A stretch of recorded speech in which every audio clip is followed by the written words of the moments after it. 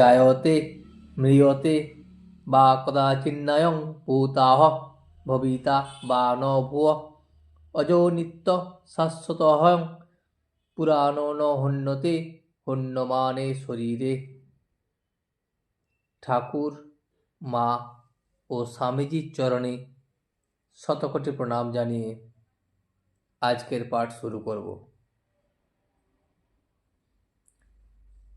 মুক্ত পুরুষের শরীরত্যাগ কি আত্মহত্যা?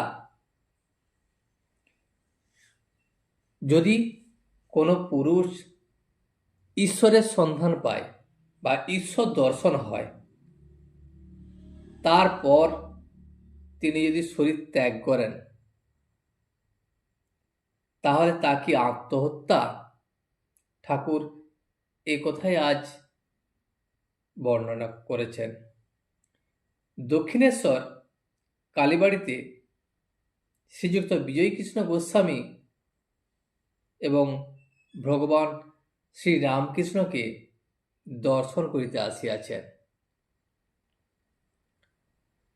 সঙ্গে 3-4টি ব্রাহ্মভক্ত।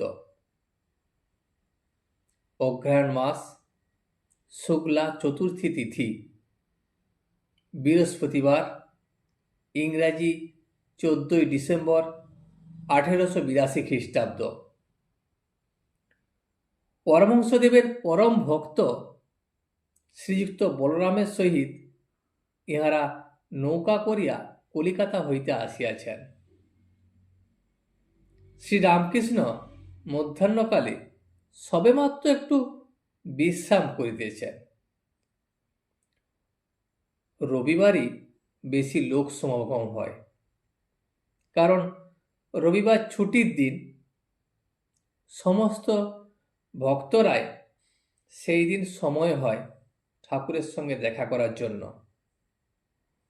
যে সকল ভক্তেরা একান্তে তাহার সহিত কথোপকথন করিতে চান, তাহারা প্রায় অন্য দিনে আসেন, কারণ রবিবার এত বেশি লোক সমাগম হয়, তাতে ঠাকুরের সঙ্গে ঠিকভাবে কথা বলা যায় না, কারণ ঠাকুর কাউকে সেই সময় দিতে পারেন না। পরমহংসদেব তক্তপোষের উপর উপবিষ্ট। বিজয়, বলরাম, মাস্টার ও অন্যান্য ভক্তেরা পশ্চিমাস্য হইয়া তাহার দিকে মুখ করিয়া কেহ মাদুরের উপর, কেহ শুধু মেজের উপর বসিয়া আছেন। ঘরের পশ্চিম দিকে দ্বার মধ্য দিয়া ভাগীরথী দেখা যাইতেছিল। শীতকালের স্থিরা স্বচ্ছ সলিলা ভাগীরথী। দ্বারের পরই পশ্চিমের অর্ধমণ্ডলাকার বারান্দা, আর তৎপরেই পুষ্পোদ্যান এবং তারপরেই পোস্তা।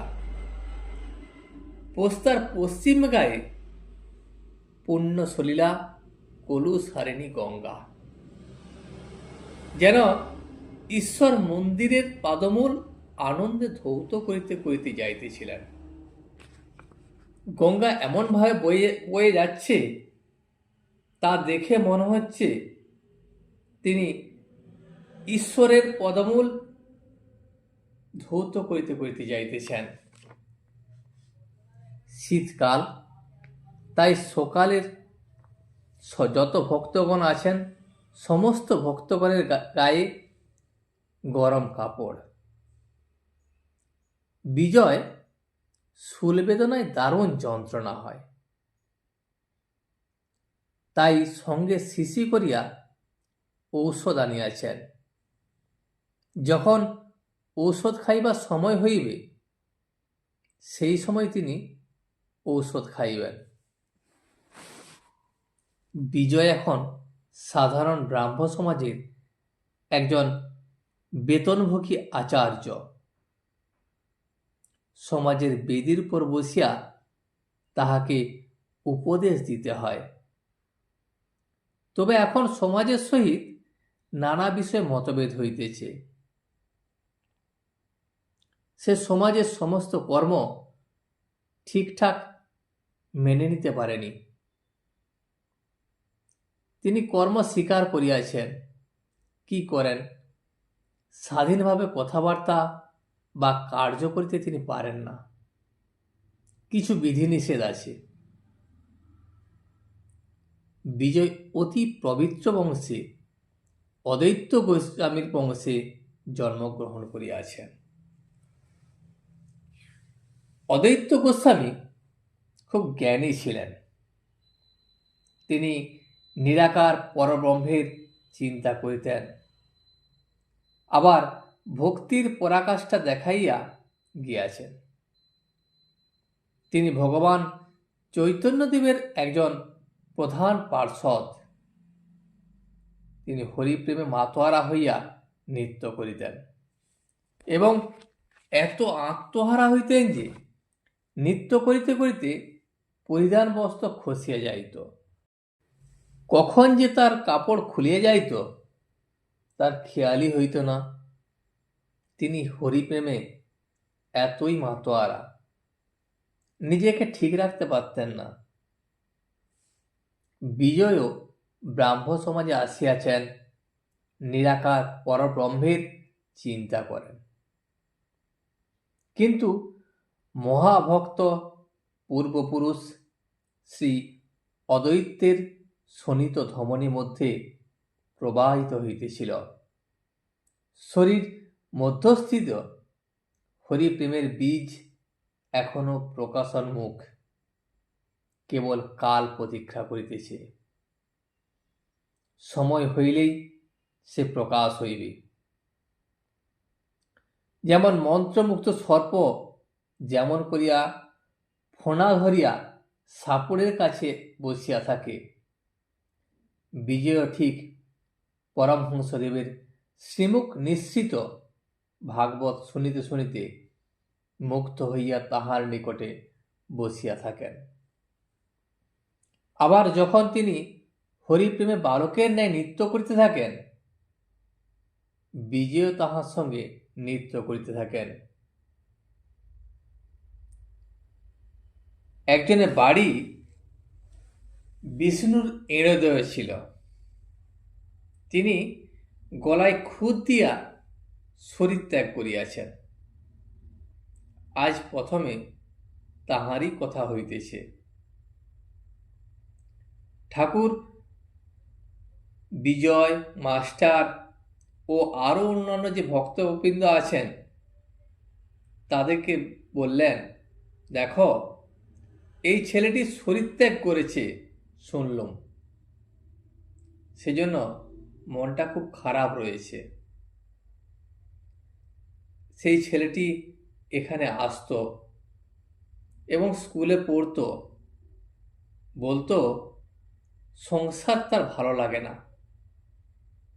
সে পশ্চিমে গিয়ে কোনো এক আত্মীয়ের কাছে কিছুদিন ছিল। সেখানে নির্জনে মাঠে বনে পাহাড়ে সর্বদা বসে ধ্যান করত। সে মানুষজনের সঙ্গে বেশি মিশত না।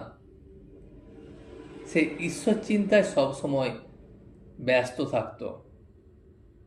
সে বলেছিল যে কত কি ঈশ্বরীয় রূপ দর্শন করি যখন সে ধ্যান করে এবং নির্জনে থাকে, তখন বিভিন্ন রকম ঈশ্বরীয় রূপ সে দর্শন করে।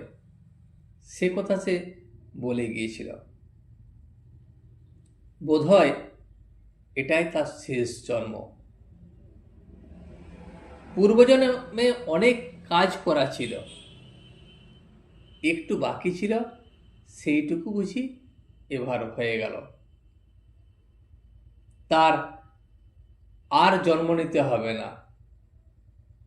সে ঈশ্বরের পাদপদ্মে স্থান পেয়ে যাবে। পূর্বজন্মের সংস্কার মানতে হয়। শুনেছি একজন সব সাধন করছিল, গভীর বনে ভগবতীর আরাধনা করছিল, কিন্তু সে অনেক বিভীষিকা দেখতে পেল। সে তো মা ভগবতী দেখা পেলই না, উপরন্তু সে সাধনার সময় বিভিন্ন বিভীষিকা তার চোখের সামনে ভেসে উঠতে লাগলো। তারপর একদিন শেষে তাকে বাঘে নিয়ে গেল। আর একজন সেখানেই ছিল। সে বাঘের ভয়ে নিকটে একটা গাছের উপর উঠেছিল।